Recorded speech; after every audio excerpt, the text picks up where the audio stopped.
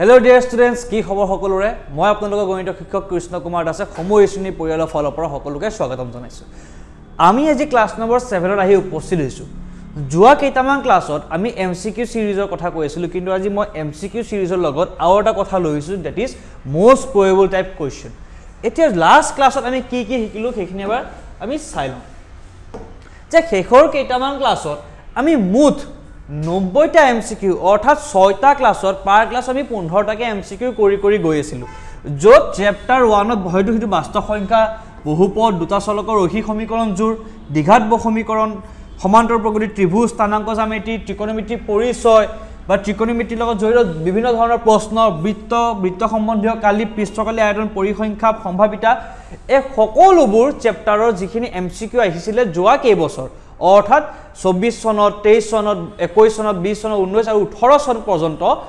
প্ৰায়বোৰ MCQ question আমি ইয়াতে ডিসকাস কৰিছো লগতে কেৱল এমসিকিউ সিৰিজে ন এমসিকিউ কেটাই নহয় এমসিকিউ লগত জড়িত যিখিনি টপিক এই সমূহ টপিকৰ লগত জড়িত যিখিনি কথা সেই কথাখিনি আমি ডিসকাস কৰিছিলো গতিকে এই পৰ্যন্ত আমি 90টা এমসিকিউ ক্লিয়াৰ কৰিছো আৰু মই এমসিকিউ বুলি কতে এইটো কথা মই বাৰে বাৰে কৈছো যে আপোনালোকক এমসিকিউ কেৱল আমি উত্তৰটো কৰি থৈ দিয়া না তাৰ লগত জড়িত যিখিনি টপিক হয় সেই টপিকখিনি আমি চাই গৈছো যে কেনেকুৱা ধৰণৰ প্ৰশ্ন আৰু আহিব পাৰে গতিকে সেই ডিসকাশনখিনি কৰি অহাৰ পিছত আমি সকলোৱে হয়তো এটা বস্তু গম পাব পাৰো যে কেনেকুৱা ধৰণৰ প্ৰশ্ন আহিব পাৰে অৰ্থাৎ সম্ভাৱ্য ধৰণৰ প্ৰশ্ন কেনেকুৱা ধৰণৰ প্ৰশ্ন এইবাৰ পৰীক্ষাত আহিব পাৰে আমি এটো গম পাব পাৰো এতিয়া আজি আমি ক্লাছত কি শিকিম এবাৰ চাই লওঁ আমি আজি শিকিম কিছুমান সম্ভাৱ্য ধৰণৰ প্ৰশ্ন য'ত 10টা থাকিব এমসিকিউ অৰ্থাৎ মাল্টিপল চইচ কোৱেশ্চন বহু বিকল্প প্ৰশ্ন তাৰ লগতে 2023-24 বৰ্ষত আৰু 23-21 বৰ্ষত আহা কিছুমান কোৱেশ্চন যিখিনি এইবাৰ আহাৰ সম্ভাৱনা বহুত আছে কি কোৱেশ্চন উৎপাদক বিশ্লেষণৰ লগত জড়িত প্ৰশ্নৰ দেখুওৱা আছে এটা সংখ্যা দিব কিন্তু অপৰিমেয় সংখ্যা হয়তো আমাক দেখুৱাব দিব লগতে সেবাৰ ফালৰ পৰা যিখন স্যাম্পল পেপাৰ উলিওৱা হয় সেই স্যাম্পল পেপাৰ থকা এমসিকিউ কেটাৰ ভিতৰত 10টা এমসিকিউ আমি আজি আপোনালোকৰ এই ক্লাছটো লৈ আইছো যাতে কেৱল প্ৰিভিয়াস ইয়াৰ কোৱেশ্চনত থকা এমসিকিউ খিনিলৈকে আমি সীমাবদ্ধ নহয় এইবাৰ স্যাম্পল কোৱেশ্চনত কি আছে স্যাম্পল পেপাৰত কি আছে সেই কোৱেশ্চন কেটা আমি চাব পাৰো লগতে ইয়াৰ পৰৱৰ্তী পৰ্যায়ৰ যিখিনি ক্লাছ হ'ব এই বছৰ টেষ্ট পেপাৰবোৰত যি এমসিকিউ আছে আমি সেইখিনি ডিসকাস কৰিম যাতে আমাৰ যি প্ৰস্তুতি চলি আছে পূৰ্ণভাৱে আমি সমাপ্ত কৰি এক্সাম হললৈ আগবাঢ়িব পাৰো গতিকে আজি আমি পঢ়িম 10টা এমসিকিউ কোৰ স্যাম্পল পেপাৰ যিখন সেবাই উলিয়াই লগতে উৎপাদক বিশ্লেষণ আৰু পৰিমেয় সংখ্যা অপৰিমেয় সংখ্যা যে আমাৰ প্ৰমাণ কৰিব দে কেনেকুৱা ধৰণৰ প্ৰশ্ন যিসমূহ প্ৰশ্ন 23-24-21 বৰ্ষত প্ৰায় আহি আছে দেখুৱা যে পৰিমেয় সংখ্যা এই ধৰণৰ প্ৰশ্ন এই বছৰৰ যিখন স্যাম্পল পেপাৰ উলিওৱা হৈছে সেবাৰ ফালৰ পৰা সেই পেপাৰটো এই ধৰণৰ প্ৰশ্ন আমি দেখিবলৈ পাইছো গতিকে পলম নকৰি আজি আমাৰ ক্লাছটো আৰম্ভ কৰিছো য'ত ফাৰ্স্ট কোৱেশ্চনটো আছে the LCM of 2 cube into 3 into 5 and 2 to the power 4 into 5 into 7 is অৰ্থাৎ আমাক দুটা সংখ্যা দিয়া আছে সেই দুটা সংখ্যাৰ আমাক লসাগু উলিয়াব কোৱা হৈছে এতিয়া কোনোবাটা সংখ্যাৰ x ধৰা হল কোনোবাটা সংখ্যা xy বা মই ধৰি লৈছো 10 আৰু 5 এনেকৈ সংখ্যা দিলে তো লসাগু উলিয়াব সকলোৱে জানে কিন্তু আমাক অকমান এটা ট্ৰিক কি কৰি দিছে কি ট্ৰিক ইউজ কৰিছে যে আমাৰ সংখ্যাটো নিদি সংখ্যাটোৰ উৎপাদকীকৰণ কৰি দিয়া হৈছে আৰু উদাহৰণ স্বৰূপে মই দুটা সংখ্যা লৈছো আপোনালোকৰ ওচৰত যে এনেকুৱা ধৰণৰ প্ৰশ্ন আহিলে আমি কি এপ্ৰচ লৈ কেনেদৰে আমি আগবাঢ়িব লাগে ধৰা হল দুটা আমাক নাম্বাৰ দি আছে 48 আৰু 120 এতিয়া যেতিয়া আমি এলসিএম উলাম এলসিএম অৰ্থাৎ লোৱেষ্ট কমন মাল্টিপল লসাগু লঘিষ্ঠ সাধাৰণ গুণিতক তেতিয়া আমি কি কৰিম যি কেটা আমি উৎপাদক পাম তাৰে হাইয়েস্ট কি কৰিম ডিগ্ৰী অৰ্থাৎ সৰ্বাধিক মাত্ৰা কেটা আমি পূৰণ কৰিব লাগিব ইয়াতে চাও যেটো 48 আছে আমি 2 to the power 4 into 3 to the power 1 হিচাপে 48 লিখিব পাৰো আৰু 120 কি হিচাপে লিখিব পাৰো 2 cube into 3 to the power 1 into 5 to the power 1 এতিয়া ইয়াতে থাকা সংখ্যা কেটা কি 2 3 5 এই উৎপাদক কেটা আমি ইয়াৰ পৰা পাইছো অৰ্থাৎ 48 আৰু 120 আমি যে উৎপাদকীকৰণ কৰিলো এই সংখ্যা কেটা আমি পাইছো এতিয়া আমি চাব লাগিব যে 2 3 5 ৰ সৰ্বাধিক মাত্ৰা বা হাইয়েস্ট ডিগ্ৰী কিমানত আছে হায়েষ্ট ঘাত কিমান আছে এটা 2 চাব ইয়াতে 2 কিউব আছে ইয়াতে 2 টু দি পাৱাৰ 4 অৰ্থাৎ চতুৰ্থ ঘাতৰ কথা কোৱা হৈছে অৰ্থাৎ 2 টু দি পাৱাৰ 4 পূৰণ হ'ব কাৰ লগত 3 ৰ সৰ্বাধিক ঘাত অৰ্থাৎ 3 টু দি পাৱাৰ 1 ৰ লগত পুনৰ এটা 5 আছে 5 ৰ সৰ্বাধিক ঘাত কি 1 অৰ্থাৎ 5 টু দি পাৱাৰ 1 ৰ লগত পূৰণ হ'ব যাৰ আমি এনসাৰ পাম কি 240 আশা কৰো এই কনসেপ্টটো সকলোৱে বুজি পাইছে সেই কনসেপ্টটোকে আমি ইয়াতে ব্যৱহাৰ কৰিম আমাক কি কি কোৱা হৈছে 2 কিউব ইনটু 3 ইনটু 5 এটা সংখ্যা দিয়া আছে অৰ্থাৎ সেই সংখ্যাটো উৎপাদকীকৰণটো আমাক কৰি দিয়া হৈছে লগত আৰু এটা সংখ্যা দিছে সংখ্যাৰ কথা কোৱা হৈছে হেতু হল to the power 4 into 5 into 7 এতিয়া আমাক কৈছে যে ইয়াৰে আমি কি উলিয়াব লাগে লসাগু অৰ্থাৎ আমি কি চাব লাগিব হাইয়েষ্ট মাত্ৰা কিমান হৈ আছে তাৰ ডিগ্ৰীটো কিমান হাইয়েষ্ট ডিগ্ৰীটো আমি চাব লাগিব যদি আমি ইয়াতে এই দুইটা নাম্বাৰ কম্পেয়াৰ কৰো টুৰ হাইয়েষ্ট ঘাত অৰ্থাৎ টুৰ হাইয়েষ্ট পাৱাৰ কিমান আছে 4 অৰ্থাৎ আমি যেতিয়া ইয়াৰ পৰা লসাগু উলিয়াম আমি কি পূৰণ কৰিম টুৰ হাইয়েষ্ট ঘাত সংখ্যা 2 two the power 4 2 to the power 4 into আমি 2 to the power cube কিয় কৰা নাই কাৰণ আমি সাম হাইয়েষ্ট পাৱাৰ কোনটো অৰ্থাৎ এটা 3 আছে এটা 4 আছে 3 টো ডাঙৰ নে 4 টো ডাঙৰ 4 টো ডাঙৰ অৰ্থাৎ 2 to the power 4 টো 2 to the power 3 কে ডাঙৰ হ'ব 4 যেটো অৰ্থাৎ x to the power a এটা সংখ্যা আছে x to the power b এটা সংখ্যা আছে যদি a to b কে ডাঙৰ আমি x to the power a এই সংখ্যাটো কনসিডাৰ কৰিম ইয়ালৈকে সকলোৱে ক্লিয়াৰ এতিয়া আপোনালোকে মন কৰিব যে 2 টু দি পাৱাৰ 4 টো হৈ গল এবাৰ কি পূৰণ কৰিম আমি আমাৰ কি কি সংখ্যা আছে 3 আছে 5 আছে 7 আছে 3 হাইয়েষ্ট ঘাত কি আছে 1 অৰ্থাৎ 3 two the power 1 into 5 two the power 1 into 7 two the power 1 কাৰণ 5 আমি 5 এতে দুটা আছে হয় কমন উৎপাদক হয় কিন্তু আমি চাব লাগিব হাইয়েষ্ট মাত্ৰাটো কিমান ইয়াতে সকলোৰে মাত্ৰা কি হৈছে 1 এ হৈছে অৰ্থাৎ 2 two the power 4 into 5 two the power 1 into 7 two the power 1 গটিকে 5 দুইটাতে হাইয়েষ্ট 5 ৰ মাত্ৰা কি হৈছে 1 গটিকে আমি কি পূৰণ কৰিব লাগিব 5 two the power 1 into 7 two the power 1 এতিয়া যদি এই সংখ্যাটো পূৰণ কৰো আমাক লগা লসাগুটো আমি পাই যাম এতিয়া লসাগুটো কিমান হ'ব 3 ৰ লগত 15 পূৰণ কৰিলে সৰি 3 ৰ লগত 5 পূৰণ কৰিলে 15 15 লগত আমি কিমান পূৰণ কৰিম এবাৰ 7 কিমান হ'ব সকলোৱে কক 105 এতিয়া পুনৰ 105ক আমি কি হলত পূৰণ কৰিব লাগিব 2 টু দি পাৱাৰ 4 ৰ লগত পূৰণ কৰিব লাগিব ঠিক আছে 2 টু দি পাৱাৰ 4 ৰ লগত পূৰণ কৰাটো আমি এইদৰে লিখিব পাৰো 2 কিউব ইনটু 2 এখিনি আমি সলভ কৰিব লাগিব অৰ্থাৎ 105ক প্ৰথমতে মই 8 ৰে পূৰণ কৰি লৈছো পুনৰ 2 ৰে পূৰণ কৰিছো অৰ্থাৎ 0 8 16 অৰ্থাৎ আমাক লগা আনসাৰটো কি হ'ব 1680 কোনটো answer is correct option number C is correct এখিনি কৰিলে আমি সৰল কৰিলে কিমান পাম 1680 অৰ্থাৎ 1680 আমাৰ আনসাৰ হ'ব গটিকে কাৰেক্ট আনসাৰ কি হ'ব option number see that is 1680 আহা কৰো এই কোৱেশ্চনটো সকলোৱে বুজি পাইছে নেক্সট কোৱেশ্চনটো এবাৰ স্যাম্পল পেপাৰতে আহা কিন্তু এবাৰ গসাউ উলিয়াব কথা কোৱা হৈছে এতিয়া লসাগু আৰু গসাউ উলিয়াব ক'ব পাৰে আমাক কিন্তু যাতে লসাগু আৰু গসাউৰ মাজত কাৰো কনফিউজন নহয় তাৰ বাবে মই এটা কম্পেৰিজন কৰিবলৈ এটা অংক দিছো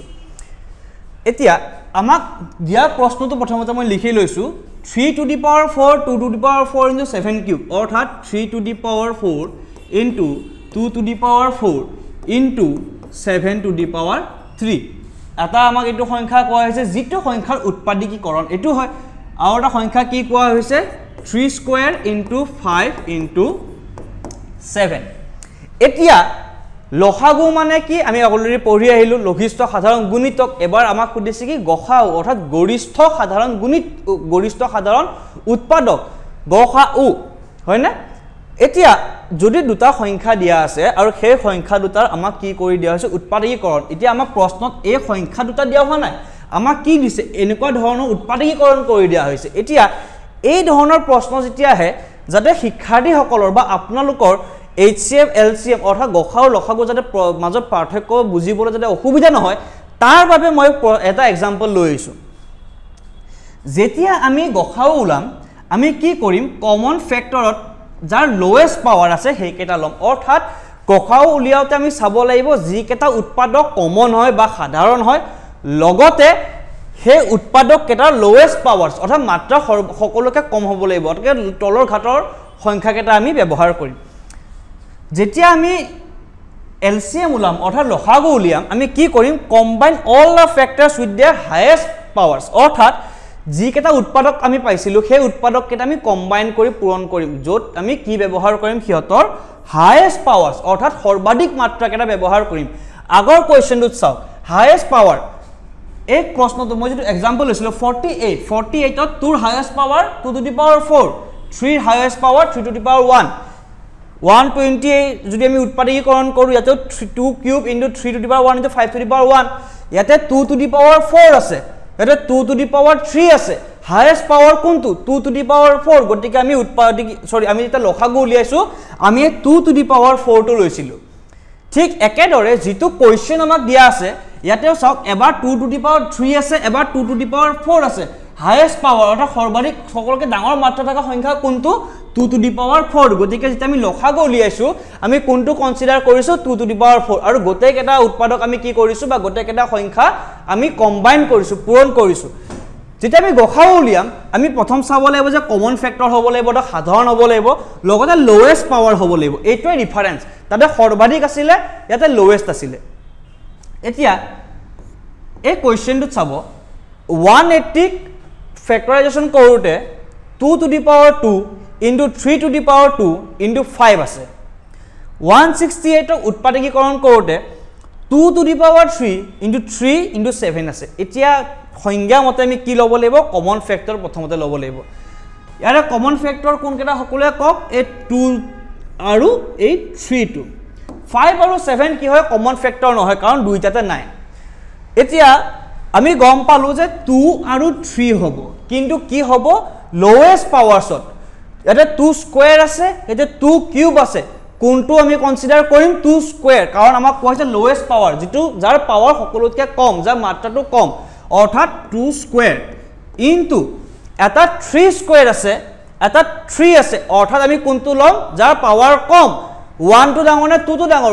2 টু ডাঙৰ 1 টু সৰু গতিকে আমি লোৱেষ্ট পাৱাৰটো লম গতিকে 3 টু দি পাৱাৰ যত 1 আছে হেতু কনসিডাৰ কৰিম এটা 2 two the power 4 2 two the power 2 মানে কিমান 4 into 3 মানে কিমান 12 আৰু হেতুৱে কি হ'ব ইয়াৰে HCF অৰ্থাৎ গসাউ এই কনসেপ্টটো আমি ইয়াতে ব্যৱহাৰ কৰিম ইয়াতে চাব ফাৰ্স্ট যেটো নাম্বাৰৰ প্যাটাৰ্নটো দিয়া হৈছে বা যেটো উৎপাদকীকৰণ কৰি দিয়া হৈছে এটা 3 আছে 2 আছে 7 আছে নেক্সট যেটো দিয়া আছে ইয়াতে 3 আছে 5 আছে 7 আছে অৰ্থাৎ 3 আৰু 7 টো কি হয় কমন হয় অৰ্থাৎ সাধাৰণ হয় লগতে আমি এতিয়া এটা বস্তু চাব লাগিব এই যে পাৱাৰ কেটা আছে আমি সকলোতকে কম পাৱাৰটো লব লাগিব এতিয়া 7 আছে মানে 7 টু দি পাৱাৰ 1 গতিকে ইয়াৰ পৰা মই যেতিয়া গসাউ লিখিম প্ৰথমতে চাইলম যে কোন কেটা সাধাৰণ উৎপাদক অৰ্থাৎ 3 আৰু 7 গতিকে 3 আৰু 7 এটা আমি চাম লোৱেষ্ট পাৱাৰ অৰ্থাৎ যাৰ মাত্ৰা কেটা সৰু 3 to the power 2 আছে 3 to the power 4 আছে কোনটো সৰু 3 to the power 2 অৰ্থাৎ কোনটো পাৱাৰ লম আমি 3 স্কয়াৰ ঠিক আছে পুনৰ এবাৰ হাতলে আহো তলত আছে 7 to the power 1 ইয়াতে আছে 7 to the power 3 কোনটো সৰু 7 to the power 1 গতিকে হাতৰ কি মাত্ৰা লম আমি কি ঘাত লম প্ৰথম অৰ্থাৎ 7 to the power 1 পাৱাৰটো কি 1 এতিয়া ইয়াক যদি মই সলভ কৰো আমি কি পাম সকলোৱে কম মোৰ লগত 3 স্কয়াৰ ইজ 9 9 into 7 কিমান 63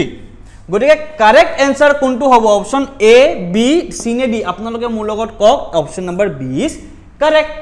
সকলোৱে বুজি পাইছে যে আকৌ এবাৰ মই কৈছো যে গসাউত আমি কি কৰিম কমন সাম লগতে লোৱেষ্ট পাৱাৰটো লম লোৱেষ্ট পাৱাৰ আৰু যেতিয়া আমি এলসিএম উলিয়া আমি কি কৰিম হাইয়েষ্ট পাৱাৰটো লম অৰ্থাৎ combine all the factors with their highest power जी উৎপাদকীকৰণ দিয়া আমাৰ টাৰ্মছ আছে হিহঁতক কম্বাইন কৰিম উইথ देयर হাইয়েষ্ট পাৱাৰ তেওঁলোকৰ যি মাত্ৰা আছে সেই সৰ্বাধিক মাত্ৰাৰ লগত আমি পূৰণ কৰিব লাগিব আশা কৰো যে এই ডাউটটো ক্লিয়াৰ হৈছে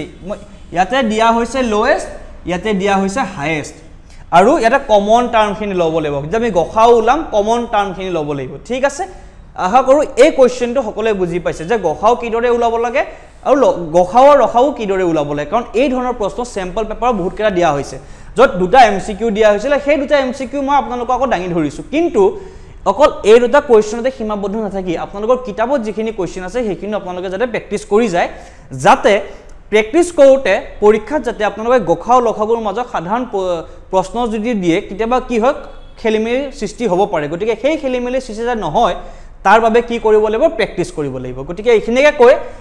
নেক্সট কুৱেশ্যনলৈ আগবাঢ়িছোঁ ইয়াৰ এনসাৰ নম্বৰ কি হয় B is correct that is 63 is the HCF কি হয় গসাও হয় নেক্সট কুৱেশ্যনলৈ আহিছোঁ একেবাৰে ইন্টাৰেষ্টিং প্ৰশ্ন দিয়া আছে the number of polynomials having zeros -1 and 2 -1 আৰু 2 শূন্য বিশিষ্ট বহুপদৰ সংখ্যা কিমান অৰ্থাৎ আমাক সুধিছে যে আমি জানো যে বহুপদৰ শূন্য থাকে আমাক কোৱা হৈছে যে এটা শূন্য -1 হয় এটা শূন্য 2 হয় গতিকে এই শূন্য বিশিষ্ট কেইটা বহুপদ আমি পাম অৰ্থাৎ সেই বহুপদৰ সংখ্যা কিমান এটা এই কুৱেশ্যনটো বুজিবলৈ আমি প্ৰথমতে জানিব লাগিব যে বহুপদৰ বা ফৰ্মুলাটো কিদৰে আমি লিখিব পাৰোঁ ধৰা হ'ল আমি লিখিব পাৰোঁ px is equals to k into k মানে কি এটা কনষ্টেন্ট এতিয়া আমাক কোৱা হৈছে যে এটা শূন্য কিমান -1 এটা শূন্য হৈছে 2 অৰ্থাৎ আমি ইয়াক কিদৰে লিখিব পাৰোঁ k + 1 into k - 2 কাৰণ আমি যে উৎপাদক বিশ্লেষণ কৰোঁ আমি এইদৰে লিখি এই দুটা টাৰ্মটো পাওঁ নাইবা আমি আন এক ধৰণে লিখিব পাৰোঁ আলফা আৰু বিটাৰ টাৰ্মত আমি সকলোৱে জানো যে x² + ax² + bx + c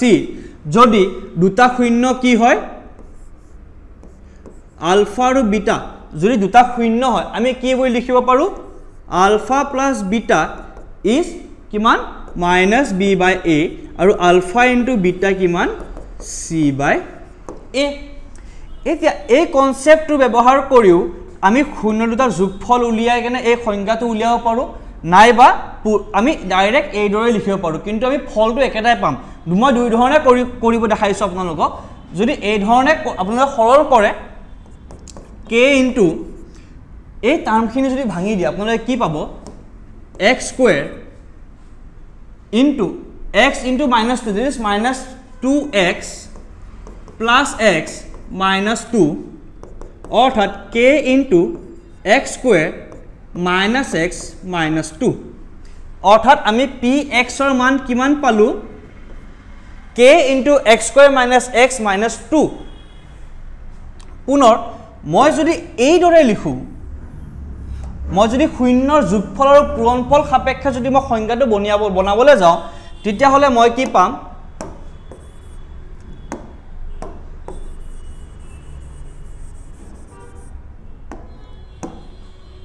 a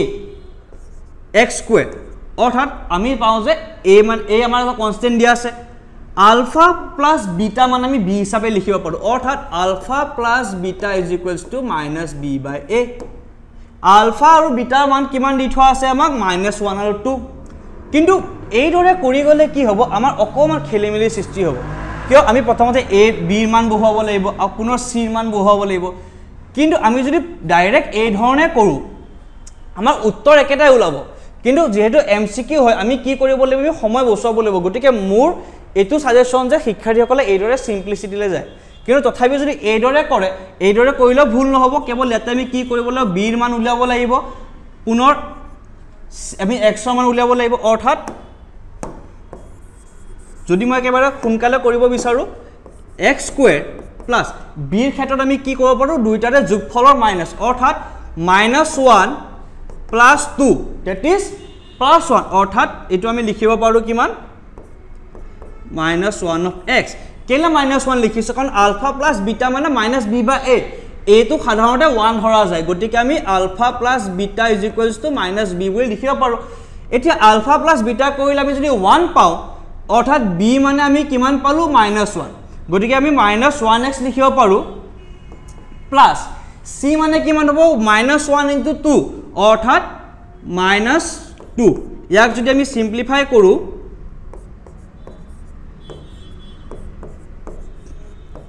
x² - x - 2 এতিয়া আলটিমেটলি আমি এই দৰে কৰো বা এইদৰে কৰোঁ আমি আমাৰ যিটো লাষ্ট টাৰ্ম আমি এইদৰে পাম এতিয়া মই বুজাব খোজা বিষয়টো হৈছে যে আমি ইমানখিনিলে নগলেও হ'ব যদি আমি মেইন কনসেপ্টটো গম পাওঁ কিন্তু ইয়ালৈকে বুজোৱা কথাটো হৈছে যে এটলিষ্ট আপোনালোকে জানিব লাগিব ডেফটলে যে এটলিষ্ট শূন্য বুলি কোৱাৰ পিছত যেটো ইকুৱেশ্যন বনিব এটো কি ধৰণে বনিব এতিয়া আমি ইকুৱেশ্যনটো পালো কি k x square minus x minus 2 আমাৰ যেটো বহুপদৰ ইকুৱেশ্যন আমি কি পালো k x square minus x into 2 আমাক খুদিছে কেইটা বহুপদ পাম এতিয়া এই যে k এর মান আছে এই k টো হল কনস্ট্যান্ট হে সরি এই k টো হল যি কোনো ধৰণৰ কনস্ট্যান্ট অৰ্থাৎ ইয়াৰ মানটো যি কোনো বাস্তৱ সংখ্যা হ'ব পাৰে এতিয়া যেহেতু k এৰ মান যি কোনো বাস্তৱ সংখ্যা হ'ব পাৰে আমি ক'ব পাৰো k এৰ মান 1 হ'ব পাৰে k এৰ মান 1 হ'ব পাৰে k এৰ মান 2 হ'ব পাৰে k এৰ মান 3 হ'ব পাৰে যি কোনো হ'ব পাৰে k এৰ মান গতিকে আমি এটো ক'ব নোৱাৰো যে এই শূন্য দুটা থকা বহুপদ আমি এটাই পাম বা দুটাই পাম আমি যদি গম পালো k এর মান 1 হয় তেতিয়া হলি আমি ক'ব পাৰিলো যে এটাই বহুপদ পাম যদি আমি কলো গম পালো যে k এর মান 2 হয় বা দুটা বহু 1 আৰু 2 হয় তেতিয়া আমি দুটা বহুপদ পাম কিন্তু যেহেতু আমি k টো কৈ দিয়া হোৱা নাই আৰু সকলে মনত ৰাখিব px ক আমি k আমি k টাৰ্মটো লিখিমে যেহেতু আমাক মাইনাস আমাক শূন্য কেটা দিয়া হৈছে আমি যি শূন্য দিয়া থাকে আমি সেই হিচাপত লিখিম যদি a দিয়ে a ইয়াতে কি দিয়া হৈছে 1 গতিকে আমি 1 x - 2 এই দৰে আমি লিখিম এই k এৰ ভ্যালুটো দিয়া হোৱা নাই যেহেতু আমি কি কম k এৰ মান যি কোনো বাস্তৱ সংখ্যা হ'ব পাৰে ই 1 হ'ব পাৰে 2 হ'ব পাৰে 3 হ'ব পাৰে গতিকে আমি কম যে বহুপদ কেইটা পাব পাৰো আমি তো ক'ব নোৱাৰো যে এক্স্যাক্টলি দুটা পাম গতিকে এটো ক্যান্সেল এটা হ'ব নোৱাৰে এট মোস্ট 2 হ'ব নোৱাৰে কি হ'ব ইনফাইনাইট হ'ব অসীম সংখ্যক আমি বহুপদ পাম কাৰণ k এৰ মান এই k এৰ মান যি কোনো বাস্তৱ সংখ্যা হ'ব পাৰে যেহেতু যি কোনো বাস্তৱ সংখ্যা হ'ব পাৰে আমি কি কম -1 আৰু 2 শূন্য বিশিষ্ট বহুপদৰ সংখ্যা অসীম অৰ্থাৎ ইনফাইনাইট গতিকে correct answer is option number D এতিয়া সকলো সাকা ভাবিছে যদি একেবাৰে সহজ আছিল মই একেবাৰে সহজে k আমাৰ একেবাৰে সহজে এটো বস্তু k x minus a into x minus b বুলি কয়ো বুজা লিখিব পাৰিলো হেতেন যত a আৰু b মানে কি শূন্য কিন্তু মই এই দৰে আৰু এই দৰে কৰি কোৱাৰ মহত্বটো বা যেটো মোৰ উদ্দেশ্য হেতু হৈছে যে আমি যিখিনি পঢ়ি আহিলো যোৱা MCQ সিৰিজত হে নলেজ খিনি যাতে আপোনালোকৰ লগত ফাৰ্নিশ হৈ যায় লগতে এটলিষ্ট ইয়াৰ ভিতৰত থকা কনসেপ্টটো বুজি পায় যে এই দৰে কলেও তোমাক কৈ থব পাৰিলো যে k মান যিকোনো অসীম যিকোনো বাস্তৱ সংখ্যা হ'ব পাৰে গতিকে পাব পৰা বহুপদৰ সংখ্যা অসীম কিন্তু এই দৰে কোৱাৰ কাৰণটো হৈছে যে আপোনালোকে ডেফটলৈ যা বস্তুটো বুজি পায় যে কি ধৰে ফৰ্মেশন হৈছে কিয় অসীম সংখ্যক হৈছে গতিকে এইটো কোৱেশ্চন ইমানতে আছিল যে অসীম সংখ্যক আমি কি পাম বহুপদ পাম নেক্সট যেটো কোৱেশ্চন দিয়া হৈছে এটো এবাৰ স্যাম্পল পেপাৰৰ পৰা লোৱা হৈছে সেম কোৱেশ্চন কোৱা হৈছে যে -3 আৰু 5 শূন্য বিশিষ্ট বহুপদৰ সংখ্যা পুনৰবাৰ আমি লিখিব পাৰো যে px = k ইনটু কি কোৱা হৈছে -3 আৰু 5 x minus of -3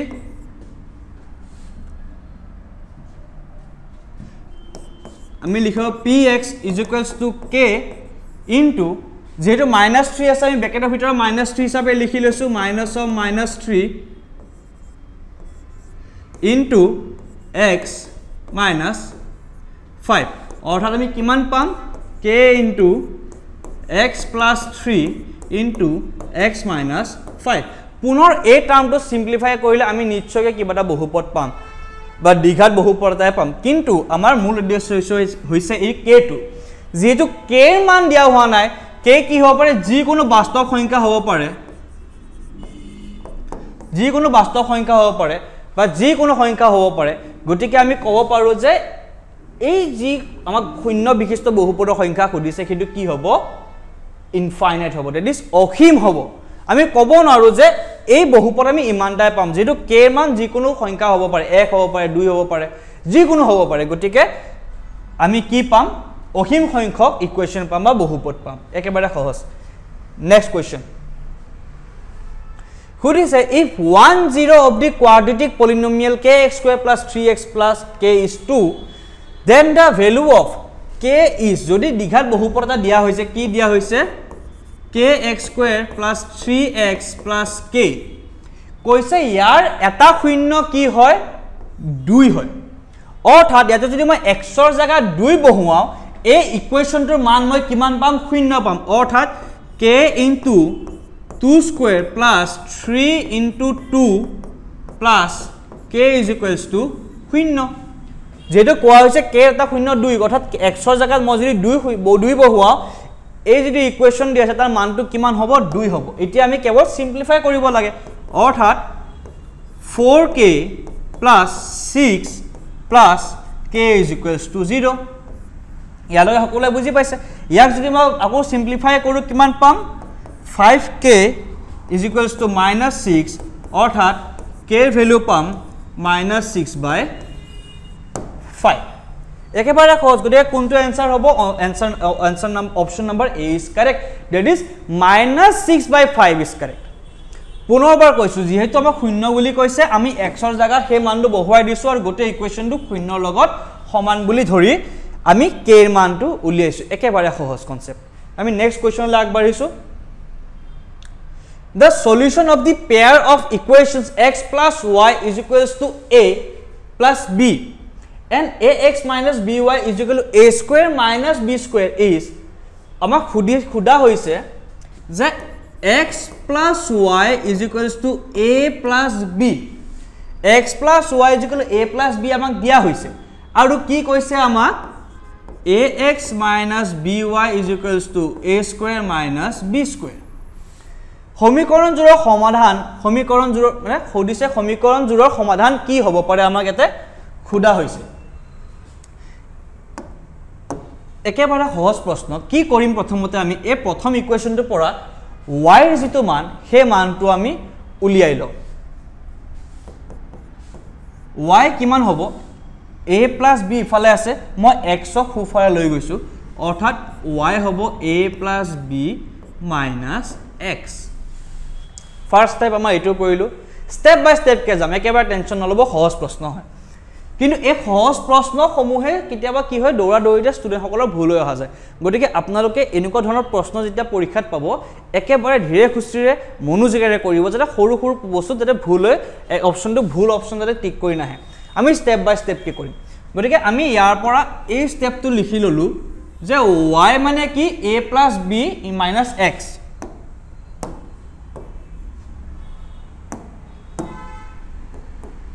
ঠিক আছে এতিয়া আমি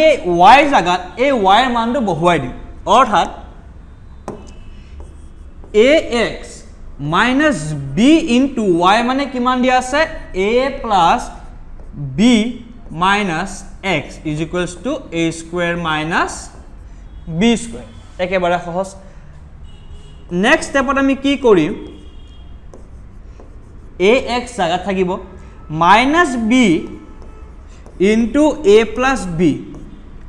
কেলে কইলো যাতে আমি এই x ৰ লগত b আকৌ বেলেকে মাল্টিপ্লাই কৰিব পাৰো অৰ্থাৎ plus bx is equals to a square minus b square এতিয়া কথা আহিব যে আপুনি স্যাৰ b লগত a plus b টো বেলেকে কেলে মাল্টিপ্লাই কৰিলে ব্ৰেকেটটো যাতে উঠাই নি দিলে হেতু হল যাতে আমি এটা কমন লৈ আমি এটো জানো যে a square minus b square মানে কি a plus b into a minus b যাতে দুই পক্ষৰ ফালৰ পৰা a plus b টো কিবাকে যদি আমি ক্যান্সেল কৰাব পাৰো আমি তাৰ পৰা মানটো উলিয়াব পাৰিম হেইভাবে আমি a plus b হোৱা কমন লব পাৰাকে বাওফালে ইকুৱেশ্যনটো বনাই আছো পুনৰ এই x টো যদি কমন ল আমি কি পাম x কমন ললে a plus b আমি কমন পাম পুনৰ minus b into a plus b is equals to a square minus b square একেবাৰে সহজ নেক্সট স্টেপত এই a plus b কমন আহিব অৰ্থাৎ কি হ'ব ইকুৱেশ্যন আমি লিখিব পাৰো x minus b a plus b a square minus b square আমি কি হিচাপত লিখিব পাৰো সকলোৱে কক একেবাৰে সহজ a plus b into a minus b এফালে a plus b আছে এফালে a plus b আছে অৰ্থাৎ দুই ফালৰ পৰা এটো কি হ'ব ক্যান্সেল হ'ব অৰ্থাৎ আমি কি লিখিব পাৰো x is equals to a minus b টো মই খুফাই লৈ গল অৰ্থাৎ a minus b plus b অৰ্থাৎ কি হ'ব a x ৰ মান আমি কিমান পালো a এতিয়া আমাক কি লাগে y ৰ মান লাগে y মানে আমি কিমান জানো y মানে a plus b minus x আছিলে অৰ্থাৎ x minus x মানে কি a যেহেতু a plus b minus x আছিলে আমি এবাৰ কি লিখিম a plus b minus a minus a plus a কাটা কাটি গৈ আমি পাম কিমান y is equals to b অৰ্থাৎ আমাৰ এৰ সমাধান আমাক খুদিছে ইয়াৰ সমাধান কি হ'ব x is equals to a y is equals to b এইটো হ'ব আমাৰ এই কোৱেশ্চনটোৰ সমাধান কোনটো অপচন কাৰেক্ট হয় সকলোৱে কক a b c নে d সকলোতে আমি এটো বস্তু দেখিব পালো যে এটা মাইনাস চিন আছে ইয়াতে মাইনাস চিন আছে গতিকে এই দুটা অপচন ক্যান্সেল নেক্সট আমি চাব লাগিব যে x = b আছে কিন্তু আমি পাছে x = a গতিকে এই অপচনটো cancel option number c is correct it is x = a y = b একেবারে সহজ নেক্সট কোশ্চন আমি আগবঢ়া আগতে এটা কথা কব বিচাৰিছো যে এই ধৰণৰ কোশ্চন একেবাৰে সহজ হয় কিন্তু কিবা সৰু ভুলৰ কাৰণে কিতেবা ষ্টুডেন্ট সকলৰ ভুল হৈ যায় কিয় তেওঁলোকে সহজ প্ৰশ্ন দেখি মই দৌৰাদৌৰিকে কৰিব চেষ্টা কৰে কিন্তু এনেকুৱা ধৰণৰ প্ৰশ্ন আহিলে একেবাৰে সহজভাৱে ধীৰে সুস্থিৰে এক মনোযোগেৰে এই ধৰণৰ কোশ্চন কৰিব যাতে সৰু সৰু ভুল সিলি মিস্টেক বুলি যিখিনি কয় যাতে হেখিনি যাতে আমাৰ নহয় নেক্সট কোশ্চনলৈ গৈছো এটা কোৱা হৈছে দা পেয়াৰ অফ ইকুৱেশ্যন দুটা আমাক পেয়াৰ অফ ইকুৱেশ্যন দিয়া আছে represents parallel lines where a b are integers if আমাক কোৱা হৈছে দুটা লাইন আছে লাইন দুটা কি হয় parallel line অৰ্থাৎ কি সমান্তৰাল ৰেখা আমাক দিয়া হৈছে এটা এক সমান্তৰাল ৰেখাৰ আমাক খুদিছে যে যদি a b কি হ'ব a আৰু b ৰ আমাক মান খুদা হৈছে এতিয়া আমি জানো যে দুডাল যদি সমান্তৰাল ৰেখা যদি আমি দুডাল ৰেখা পাও আৰু ৰেখা দুডাল যদি কটাকটি কৰে বা মিলি যায় বা সমান্তৰাল হৈ থাকে সেই সমূহৰ কিছুমান অনুপাতৰ কন্ডিশন আছে অৰ্থাৎ অনুপাতবোৰৰ কিছুমানৰ ৰিজনি আমি এই চেপ্টাৰটো পঢ়িবলৈ পাইছিলো কি আছিল যে a1 by a2 is not is equals to b1 by b2 কিহৰ ক্ষেত্ৰত আমি MCQ সিৰিজৰ ক্লাস কৰোতে কৰিছিলো যে a1 by a2 is not equals to b1 by b2 যেতিয়া তাৰ অদ্বিতীয় সমাধান থাকে অৰ্থাৎ সঠিককৈ এটা সমাধানে থাকে এই ধৰণৰ পৰিস্থিতি যেতিয়া হয় ৰেখা দুডালে এই দৰে এটা পইণ্টত কটাকটি কৰা দুটা ৰেখাৰ কথা কোৱা হয় পুনৰবাৰ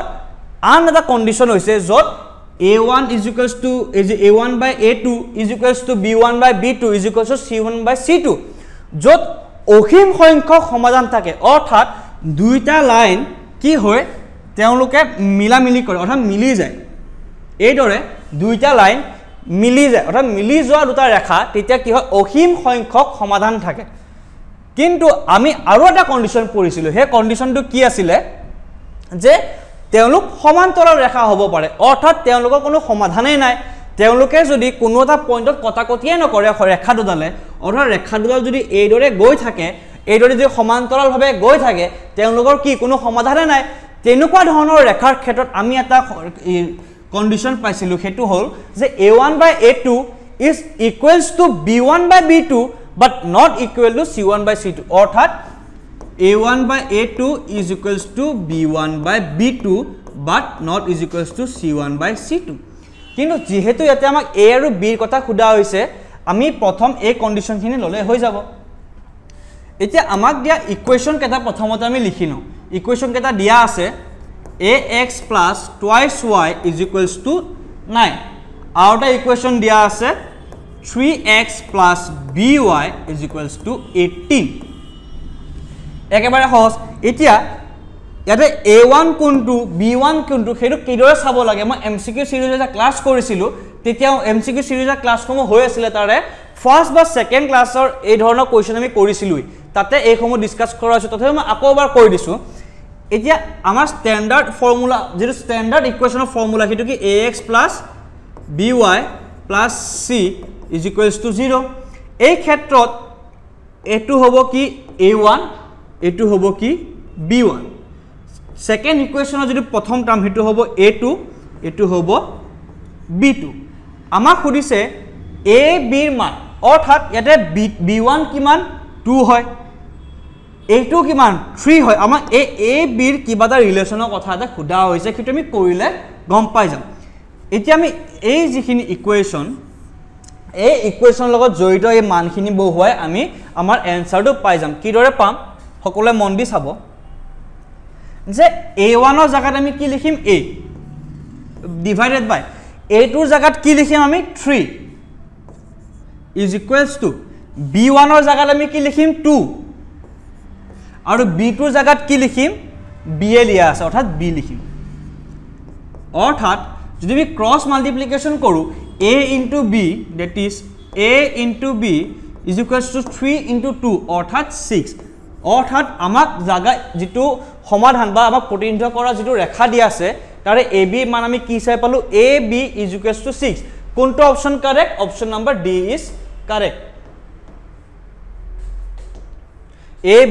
into b is equals to 6 দুটা ৰেখা দিয়া হৈছিল এতে a আৰু b ৰ মান উলিয়াব দিছিলে ক্ৰস মাল্টি a সূত্ৰত আমি মান বহুৱাই ক্ৰস মাল্টিপ্লিকেশন কৰি পালো a b is equals to 6 একেবাৰে সহজ প্ৰশ্ন ঠিক আছে কেৱল আমি কি ৰেকমত ৰাখিব লাগিব এই যিখিনি ৰিজনি অৰ্থাৎ অনুপাতবোৰৰ যি ৰিজনি দিয়া থাকে আমাৰ কিতাপত দিয়া আছে সেইখিনি আমি মনত ৰাখিব লাগিব এতিয়া এই প্ৰশ্নটো সমান্তৰাল বুলি কোৱা হৈছে কোনোবা এটা প্ৰশ্নত আমাক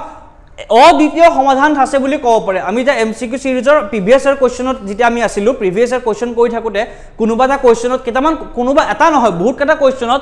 অদ্বিতীয় সমাধান থকা কথা কোৱা হৈছিল তাতে আমাক তাৰে কন্ডিশনটো উলিয়াব দিয়া হৈছিল গতিকে ইয়াতে অদ্বিতীয় সমাধান দিয়ক তেওঁলোকৰ মিলি যোৱা বা অসীম সংখ্যক সমাধান হওক বা সমাধান নথকা বা সমান্তৰাল ৰেখা বুলি কক আমাক জিয়ে কক যদি আমি এই তিনিটা কন্ডিশন জানো আমি কি কৰিব পাৰো আমি a b c বা a b হে সম্বন্ধ বা হে মান সম আমি সহজে উলিয়াব পাৰো এই চাৰ্টখন যাতে সকলোৱে মনত ৰাখে কিয়নো অতিকে দৰকাৰী আৰু নেক্সট কোৱেশ্চনটো সেই চাৰ্টৰ পৰা কোৱেশ্চনটো আহিছে যেটো এবাৰৰ স্যাম্পল পেপাৰৰ দিয়া হৈছিল কোৱা হৈছিল যে if the lines represents by the equation কেটা কি দিয়া আছে 3x plus 2my is equals to 2 আৰু এটা ইকুৱেশ্যন দিয়া আছে 2x plus 5y plus 1 is equals to 0 আমাক এটা খুদিছে যে প্যাৰালেল হয় এই দুইটা লাইন কি হয়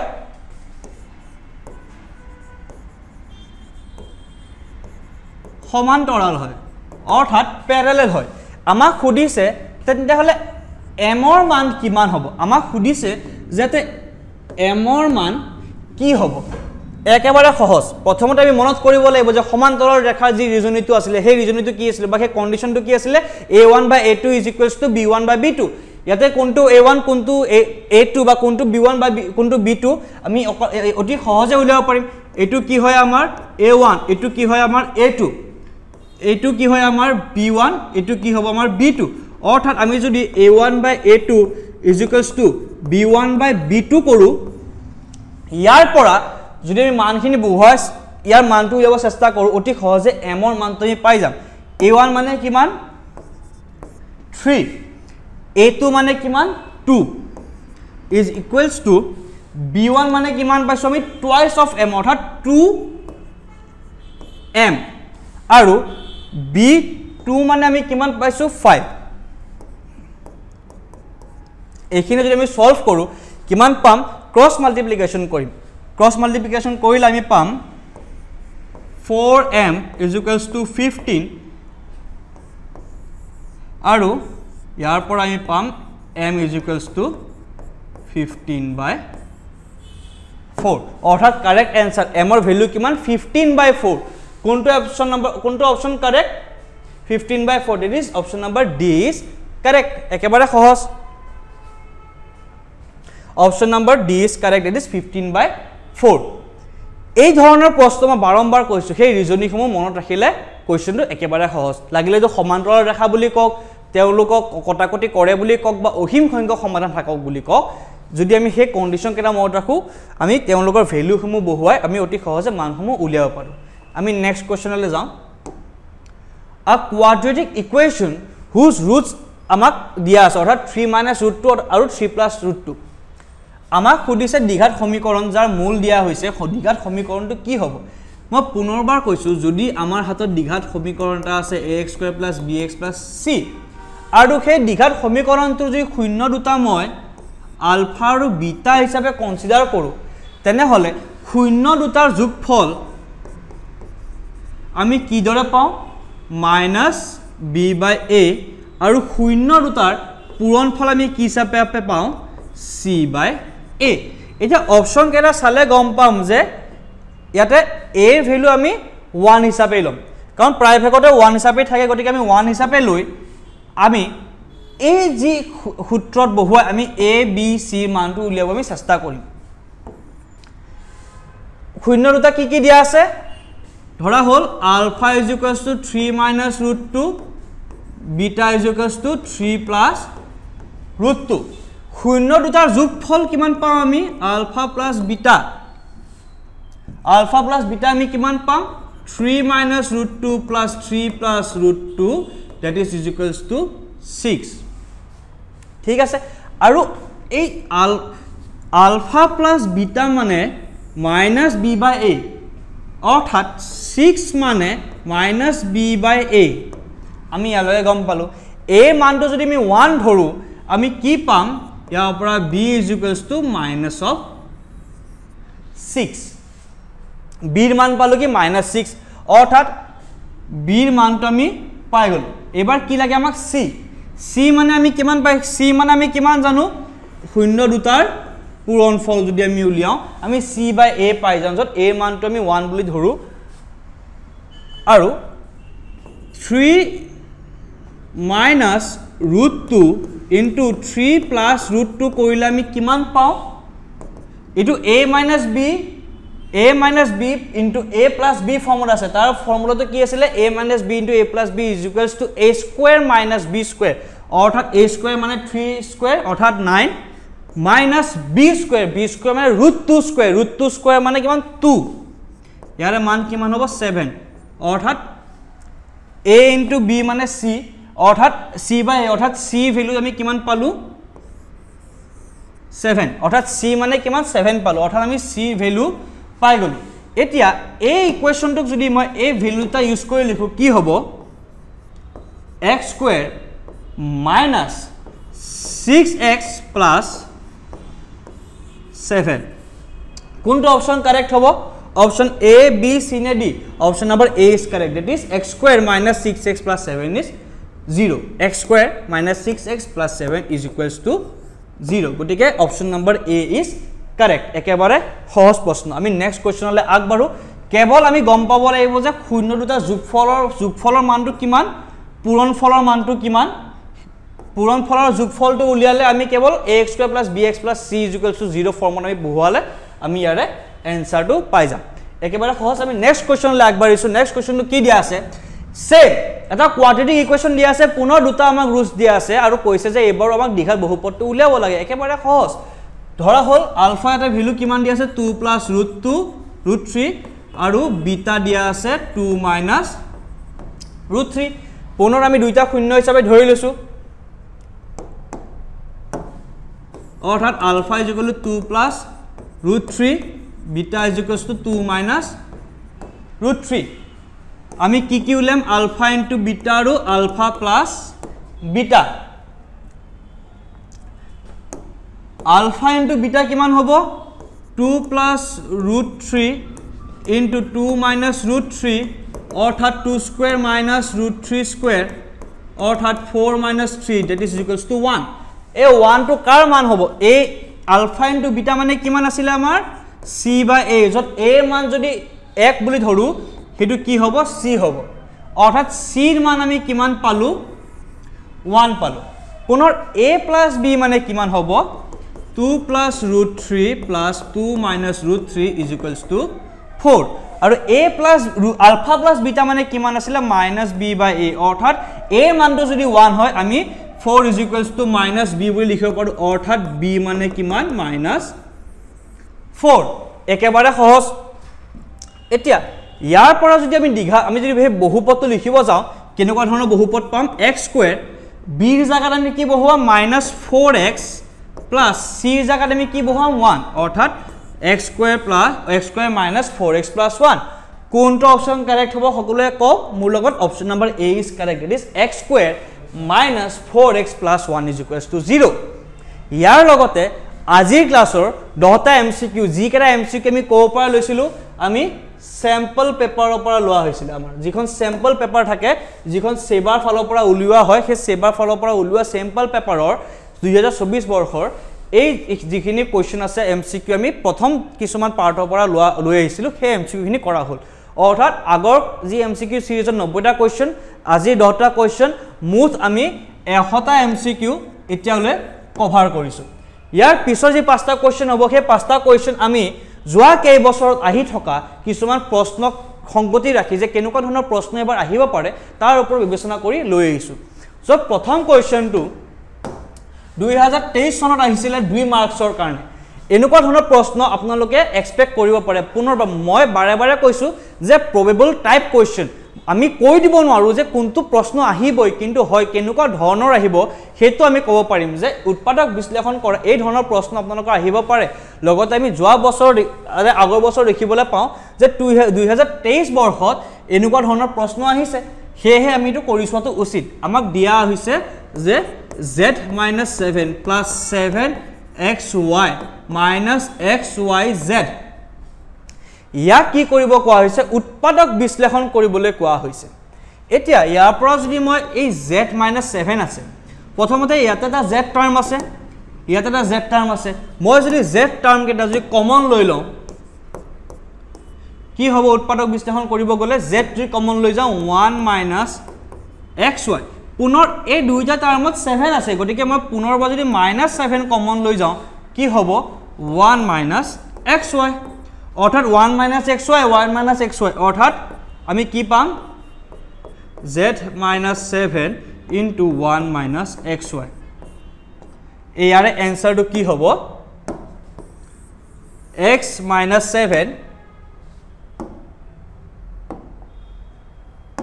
ইয়াৰে এনসাৰটো কি হ'ব x - 7 into 1 - xy ইয়াৰে এনসাৰ অৰ্থাৎ ইয়াৰ যদি আমি উৎপাদক বিশ্লেষণ কৰো বা আমি যদি ফেক্টৰাইজেচন কৰো আমি কি পাম z - 7 into 1 - x into y একেবাৰে সহজ প্ৰশ্ন 2 মাৰ্কছৰ কাৰণে আহিছিল 2023 বৰ্ষত নেক্সট পুনৰ 2024 চনতো আহিছিল যে উৎপাদক বিশ্লেষণ কৰক চাওক যোৱা 2 বছৰ আহি আছে উৎপাদক বিশ্লেষণ কৰা গতিকে আমি এটো এক্সপেক্ট কৰিব পাৰো যে 2025 বৰ্ষৰ যিখন HSLC এক্সামিনেচন আহি আছে ক্লাস 10 ৰ তাতেও এই ধৰণৰ উৎপাদক বিশ্লেষণ কৰা কোৱেশ্চন আহিব পাৰে হয়তো তাৰে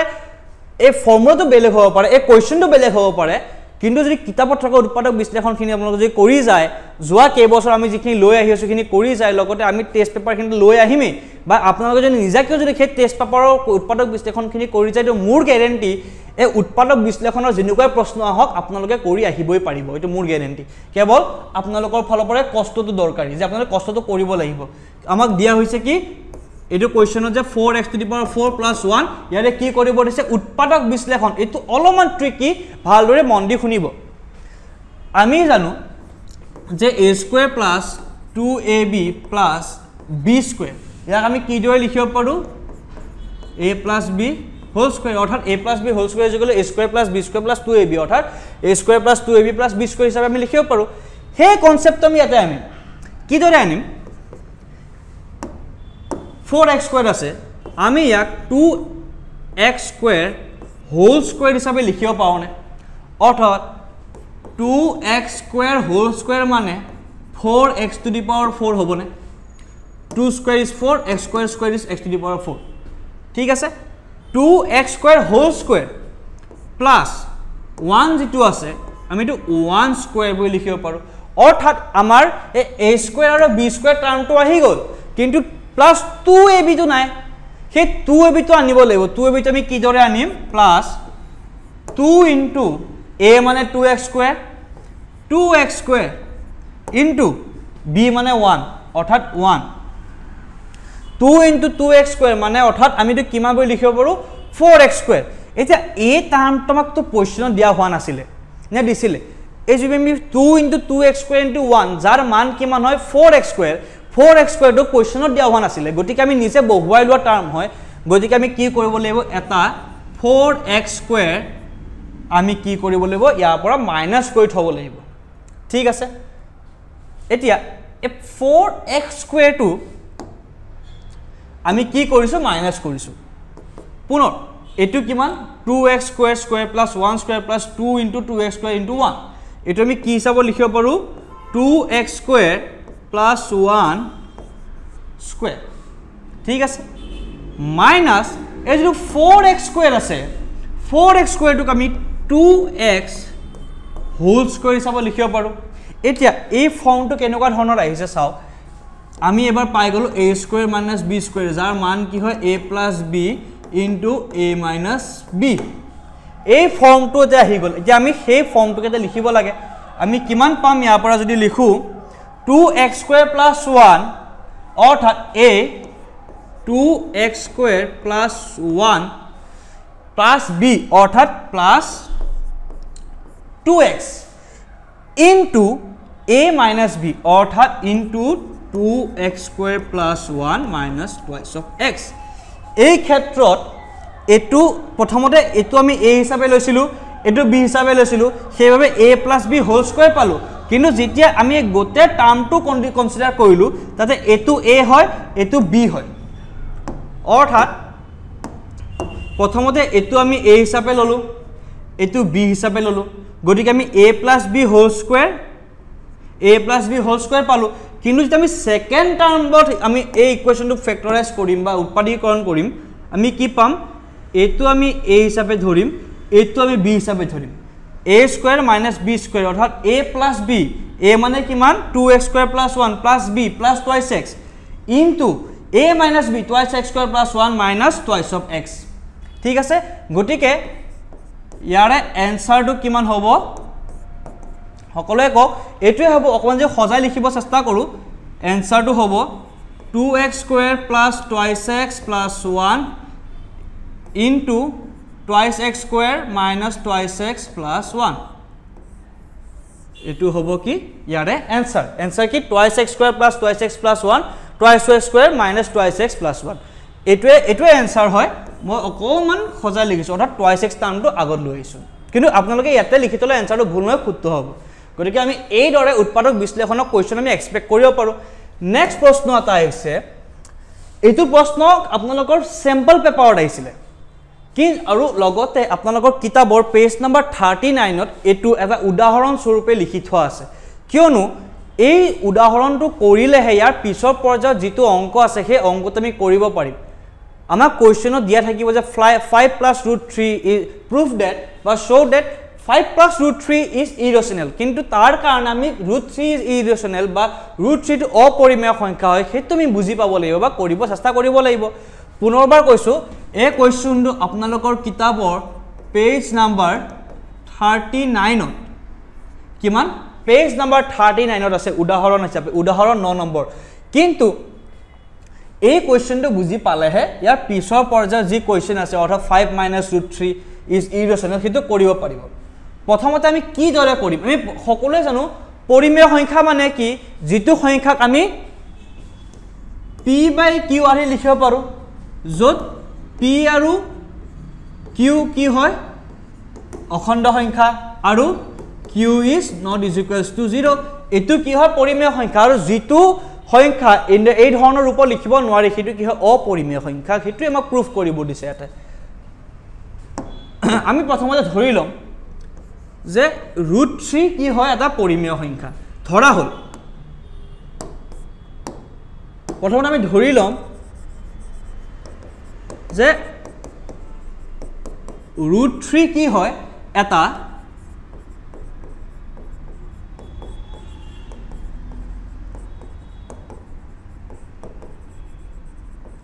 পৰিমেয় সংখ্যা এতিয়া আমি যদি কিবা ধৰণে এই উক্তিটো কৰি যাতে ভুল হিচাপে প্ৰমাণিত হৈ যাও আমি ক'ব পাৰিম যে আমি যেটো উক্তি ধৰি লৈছিলো বা যেটো সত্যতা আমি ধাৰ্য কৰি লৈছিলো সেইটো ভুল অৰ্থাৎ root 3 পৰিমেয় সংখ্যা নহয় অৰ্থাৎ সেইটো কি root 3 অপৰিমেয় সংখ্যা সেইটো আমি প্ৰুফ কৰিব লাগে root 3 যদি অপৰিমেয় সংখ্যা হয় root 3 ক আমি কি হিচাপে লিখিব পাৰো r by s আকাৰত লিখিব পাৰো যত r by s ৰ কি সাধাৰণ উৎপাদক একৰ বাহিৰে বেলেগ সাধাৰণ উৎপাদক আছে যত r আৰু s ৰ একৰ বাহিৰে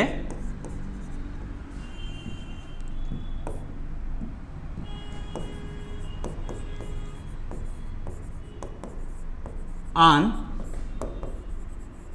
সাধাৰণ উৎপাদক আছে এতিয়া যদি RS কে সাধাৰণ উৎপাদকেৰে আমি হৰণ কৰি দিও তেতিয়াহলে আমি আন দুটা টাৰ্ম পাম that is A by B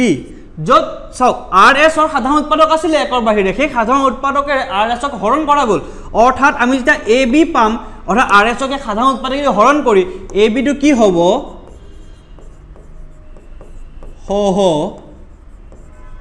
মৌলিক আৰু কোৱেশ্চনৰ টাৰ্নিং পইণ্ট এই ইয়াতে আছে এই মৌলিকতে আমাৰ কোৱেশ্চনৰ টাৰ্নিং পইণ্ট আছে কি দৰে চাব যদি A আৰু B সহমৌলিক হয় মানে কি A আৰু B একৰ বাহিৰে আন সাধাৰণ উৎপাদক নাই বা আন উৎপাদক নাই দুইটাই সহমৌলিক হয় ইয়াৰ পৰা আমি কি লিখিব পাৰো যে A is equals to root 3B সকলে বুজি পাইছে A is equals to কি root 3B কেৱল আমি ক্ৰস মাল্টিপ্লাই কৰিছো অৰ্থাৎ A square is equals to 3B square অৰ্থাৎ a স্কয়াৰৰ এটা উৎপাদক কি 3 অৰ্থাৎ a স্কয়াৰ 3 ৰে বিভাজ্য মানে কি এও 3 ৰে বিভাজ্য হ'ব পাৰিব আমাৰ উপপাদ্য আছিল যদি কোনবা তাৰ বৰ্গ যদি 3 ৰে বিভাজ্য হয় সেই সংখ্যাটো 3 ৰে বিভাজ্য হ'ব যি কোনোটা সংখ্যাৰ বৰ্গ লগ 9 বৰ্গৰ কি 81 সেই বৰ্গটো 81 ক 3 ৰে বিভাজ্য কৰিব পাৰি 81 কাৰ বৰ্গ 9 বৰ্গ সেই 9 সংখ্যাটো 3 ৰে বিভাজ্য কৰিব পাৰি সেই ধৰণৰ কনসেপ্টে হল আমি এই ধৰণৰ কনসেপ্ট আমি ইউজ কৰিম অৰ্থাৎ ইয়াৰ পৰা আমি লিখিব পাৰো a স্কয়াৰ টু কি 3 ৰে বিভাজ্য অৰ্থাৎ a কি হয় 3 ৰে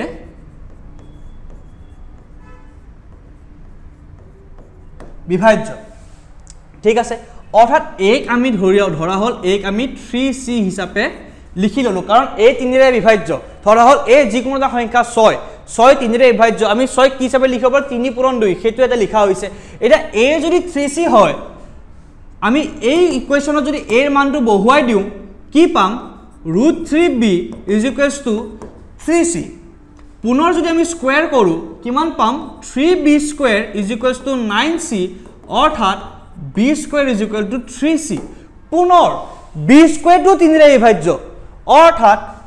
b² টো কি হয় 3 ৰে বিভাজ্য যদি b² ও 3 ৰে বিভাজ্য হয় b টো কি হ'ব 3 ৰে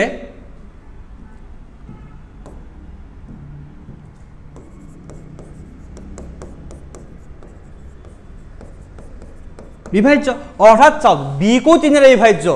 a কো 3 ৰে বিভাজ্য কিন্তু আমি ধৰিছিলো কি a b সহমৌলিক ইয়াতে আমাৰ টাৰ্নিং পইণ্ট আছে যে b ও 3 ৰে বিভাজ্য হয় a ও 3 ৰে বিভাজ্য হয় কিন্তু আমি ধৰিছিলো কি a b সহমৌলিক অৰ্থাৎ যেটো কথা আমি ধৰি চলিছিলো হে সত্যতাটো আমি বিপৰীত হৈ গলো অৰ্থাৎ আমি ভুল হৈ গলো a b সহমৌলিক নহয় আমি যেটো সত্যতা মানি চলিছিলো হে সত্যতাটোৰ আমি বিপথে পৰিচালিত হলো অৰ্থাৎ a b সহমৌলিক হিচাপে ভাবিছিলো কিন্তু a ৰো 3 এটা উৎপাদক বা a ও 3 ৰে বিভাজ্য হয় b ও 3 ৰে বিভাজ্য হয় গতিকে আমি যেটো মানি চলিছিলো হেতু অশুদ্ধ অৰ্থাৎ আমি যেটো সত্যতা ধাৰ্য কৰিছিলো হেতু ভুল অৰ্থাৎ a b কি সহমৌলিক নহয় অৰ্থাৎ a b সহমৌলিক নহয় অৰ্থাৎ যেটো সত্যতা লৈছিলো যেটো সত্যতাৰ ভিত্তিত আমি প্ৰশ্নটো কৰি গৈছিলো হেতু ভুল a b সহমৌলিক নহয় আমাৰ যেটো সত্যতা ধাৰ্য কৰিছিলো হেতু ভুল হয় অৰ্থাৎ আমি আমাৰ সত্যতাটো আমি যেটো ধৰি লৈছিলো হেতু কি হয় ভুল হয় যদি a b সহমৌলিকটো ভুল হয় √3 পৰিমেয় সংখ্যা এটো ভুল হ'ব অৰ্থাৎ কি √3 পৰিমেয়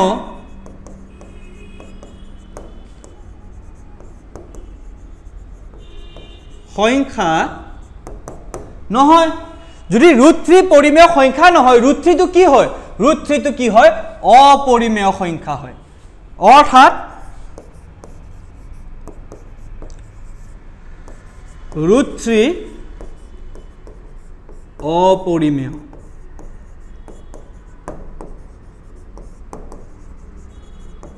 একেবাৰে সহজ কিন্তু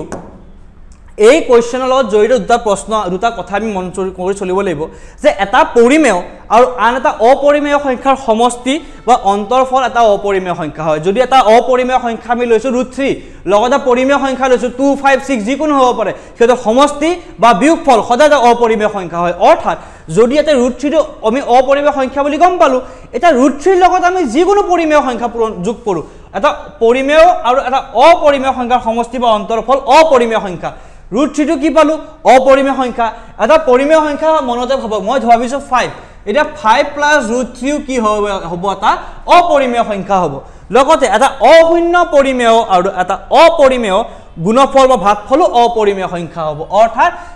যদি সেই অপৰিমেয় সংখ্যা যদি মই পৰিমেয় সংখ্যাটা পূৰণ কৰো হেতু কি হ'ব আমাৰ অপৰিমেয় সংখ্যা হ'ব এই উক্তি দুটা মানি চলিব আমি লাগিব কিন্তু আমাৰ প্ৰশ্নত প্ৰমাণ কৰিব দিব কিন্তু এই কথাটো মনত ৰাখাৰ আৰু মূল উদ্দেশ্যটো হৈছে কেতিয়াবা এমসিকিউ আহিব পাৰে যে হুইচ অফ দি ফলোইং বা তলৰ কোনটো সংখ্যা অপৰিমেয় বা পৰিমেয় যেটো আমি এমসিকিউ সিৰিজৰ হয়তো প্ৰথমে 2 নম্বৰ ক্লাছত এটা প্ৰশ্ন পাইছিলো সেই প্ৰশ্নটো কৰিবলৈ আমাৰ এইখিনি জ্ঞানৰ প্ৰয়োজন হ'ব গতিকে এই দৰে আমি √3 এটা অপৰিমেয় সংখ্যা হয়তো প্ৰমাণ কৰি দেখুৱালো কি দৰে আমি যেটো সত্যতা মানি চলিছিলো যে ab সহমৌলিক সেই ab সহমৌলিক নহয় গতিকে আমাৰ সত্যতাটো ভুল সত্যতাটো ভুল মানে আমাৰ √3 যে পৰিমেয় সংখ্যা বুলি চলিছিল √3 কি পৰিমেয় সংখ্যা নহয় মানে √3 কি হ'ব যদি পৰিমেয় সংখ্যা নহয় সেইটো হ'ব অপৰিমেয় সংখ্যা এই দৰে আমি √3 টো অপৰিমেয় সংখ্যা বুলি প্ৰমাণ কৰিব পাৰো নেক্সট কোৱেশ্চনলৈ আমি আগবাঢ়িছো যে show that 5 - √3 কি হয় এটা অপৰিমেয় সংখ্যা পুনৰবাৰ আমি ধৰি লম কি 5 - √3 কি হয় এটা পৰিমেয় সংখ্যা এটো 2023 বৰ্ষত আহিছিল আগৰ কোৱেশ্চনটো কেতিয়া আহিছিল 2000 ওকে আগৰ কোৱেশ্চনটো স্যাম্পল পেপাৰত আছিল লগতে কিতাপতো আছিল কিন্তু সেই কোৱেশ্চনটো বিশেষকৈ দৰকাৰী যে এবাৰ আহিবও পাৰে বা নাহিবও পাৰে কিন্তু সেই কোৱেশ্চনৰ যেটো ধাৰণ বা ধাৰণা আছে সেই ধাৰণাটো ভিত্তি কৰি আমি বাকিখিনি প্ৰশ্ন কৰিব লাগিব যদি আমি ধৰি লওঁ যে 5 - √3 পৰিমেয় সংখ্যা অৰ্থাৎ 5 - √3 আমি কি বুলি লিখিব পাৰো p/q অৰ্থাৎ √3 মানে কিমান হ'ব 5 - p/q অৰ্থাৎ 5q - p/q এতিয়া যেহেতু pq অখণ্ড সংখ্যা যেহেতু pq কি হয় অখণ্ড সংখ্যা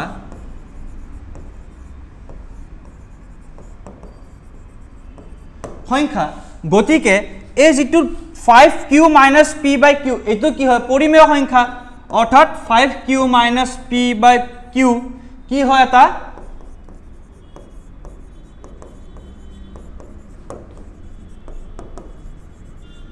পৰিমেয় সংখ্যা এটা 5q - p/q মানে কি √3 অৰ্থাৎ ইয়াৰ পৰা আমি কি পালো যে √3 কি হয় এটা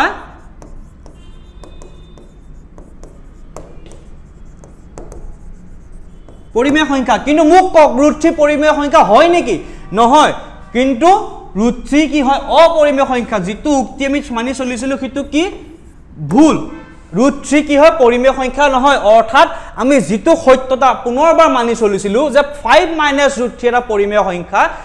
সেই সত্যতা মানি চলি আমি যদি কৰি গলো আমি শেষত কি পালো যে √3 পৰিমেয় সংখ্যা কিন্তু আমি সকলোৱে জানো যে √3 কি হয় এটা অপৰিমেয় সংখ্যা গতিকে আমাৰ যেটো সত্যতা হেতু কি হয় হেতু ভুল হয় অৰ্থাৎ আমি কি ক'ব পাৰো 5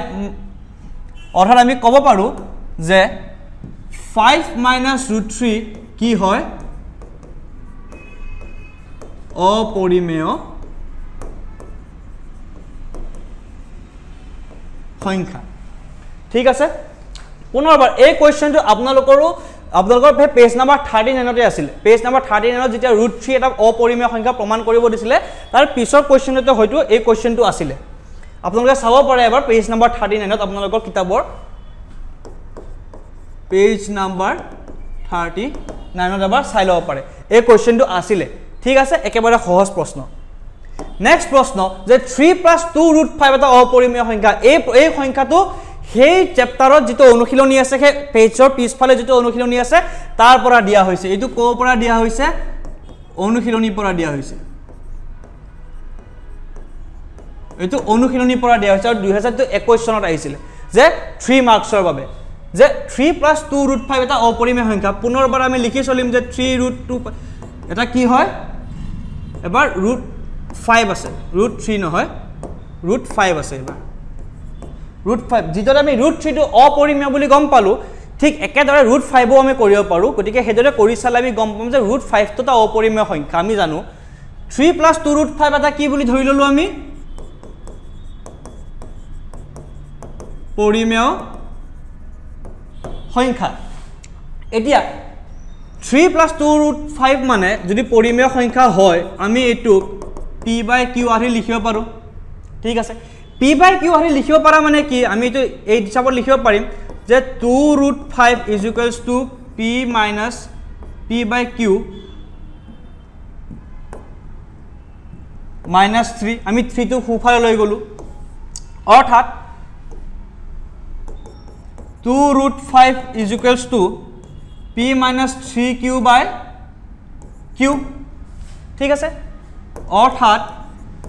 √5 মানে p - 3q/2q এতিয়া যেহেতু p q কি হয় পুনৰ অখণ্ড সংখ্যা গতিকে এই সংখ্যাটো আমি কি বুলি ক'ব পাৰো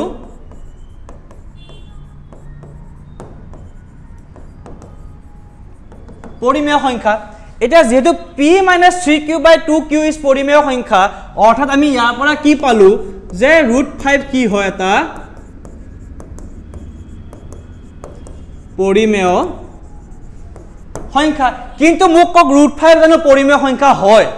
নহয় অৰ্থাৎ পুনৰবাৰ আমি পাই গলো যে আমি যেটো সত্যতা মানি চলিছিল যে 3 + 2√5 পৰিমেয় সংখ্যা মানি আমি অংকটো কৰি গৈছিলো আমি ভাবিছিলো আমি শুদ্ধ পথত গৈ আছো আমাৰ যেটো ৰাস্তা হয়তো শুদ্ধ কিন্তু শুদ্ধ পথত গৈ গৈ আমি কি পালো আমি এটা ভুল ডিসিশন পাই গলো কি পালো যে √5 এটা পৰিমেয় সংখ্যা কিন্তু আমি সকলোৱে জানো যে √5 কি হয় এটা অপৰিমেয় সংখ্যা অৰ্থাৎ আমি যি ৰাস্তা দি আহিলো আমি যি সত্যতা ধাৰ্য কৰি আহিছিলো হেতু কি হয় ভুল হয় হেতু কি ভুল অৰ্থাৎ √3 + 2√5 পৰিমেয় সংখ্যা নহয় যদি পৰিমেয় সংখ্যা নহয় হেতু কি হ'ব 3 + 2√5 কি হয় তা অপৰিমেয় সংখ্যা এটো আইছিলে 2021 চনত 3 মাৰ্কছৰ বাবে ঠিক আছে সকলোকে মই এটা অনুৰোধ কৰিছো আপোনালোকে এনেকুৱা ধৰণৰ প্ৰশ্ন প্ৰায় প্ৰেক্টিস কৰিব এবাৰ আহাৰ সম্ভাৱনা বহুত বেছি আছে যদি আপোনালোকে এবাৰৰ স্যাম্পল পেপাৰখন চাই তাতেও চাব যে 3√3 ইজ আ ইৰেশনাল নাম্বাৰ হেতুটা প্ৰুফ কৰিব দিছে বা এনেকুৱা ধৰণৰ যে সংখ্যাটো অপৰিমেয় সংখ্যা হেতু প্ৰুফ কৰিব দিছে বহুত ধৰণৰ সেই ধৰণৰ প্ৰশ্ন আহি আছে গতিকে হেতু কোৱেশ্চন আমি কৰিবই লাগিব যাতে আমাৰ ভুল নহয় অতিকে 3 মাৰ্কছ 2 মাৰ্কছৰ কোৱেশ্চন অতি সহজে কৰি আহিব লাগিব গতিকে শিক্ষাৰ্থীসকল আজিলৈ ক্লাছটো ইমানে আছিল আমি কি কৰিলো যে ফাৰ্স্ট আমি 10টা এমসিকিউ ললো কৰ পৰা ললো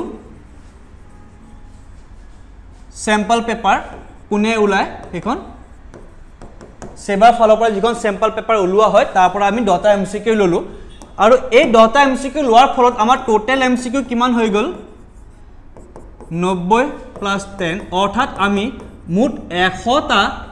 এমসিকিউ কোৱেশ্চন ইতিয়ালৈকে ক্লিয়াৰ কৰিলো আমি অনাগত আৰু এমসিকিউ যেহেতু এমসিকিউ সিৰিজটো চলি আছে আমি এমসিকিউ কৰি কৰি গৈ থাকিম এই নাম্বাৰটো বৃদ্ধি হৈ গৈ থাকিব কাৰণ যিমান কৰিম আমাৰ বাবে সিমান ভাল গতিকে আমি 100টা এমসিকিউ কৰিলো যত মূলত প্ৰথম তিনটা ভাগৰ পৰা দিয়া হৈছিল অৰ্থাৎ বাস্তৱ সংখ্যা দুটা সমীকৰণৰ ৰৈখিক জোড় আৰু দ্বিঘাত সমীকৰণৰ পৰা দিয়া হৈছিল এইখিনি লগতে 2 নম্বৰতে আমি কি শিকিলো আজি যে প্ৰথমতে অপৰিমেয় সংখ্যাৰ যেটো কনসেপ্ট আছিল অপৰিমেয় সংখ্যাৰ প্ৰমাণ যেটো প্ৰমাণ কৰিব লাগে যে এটো এটা অপৰিমেয় সংখ্যা হয় এই অপৰিমেয় সংখ্যাৰ প্ৰমাণ √3 ক্ষেত্ৰত চালো 5 - √3 ক্ষেত্ৰত চালো আৰু কিহৰ ক্ষেত্ৰত চালো আমি লাষ্ট কোৱেশ্চনটো চালো 3 + 2√5 ইয়াৰ ওপৰত চালো তাৰ আগত আমি দুটা কোৱেশ্চন কৰিছিলো ফেক্টৰাইজেশনৰ ওপৰত দুইটা বেলেগ বেলেগ ধৰণৰ এটা 23 বৰ্ষত আহিছিল এটা 24 বৰ্ষত আহিছিল গতিকে আমি তাৰ পিছত কি কৰিলো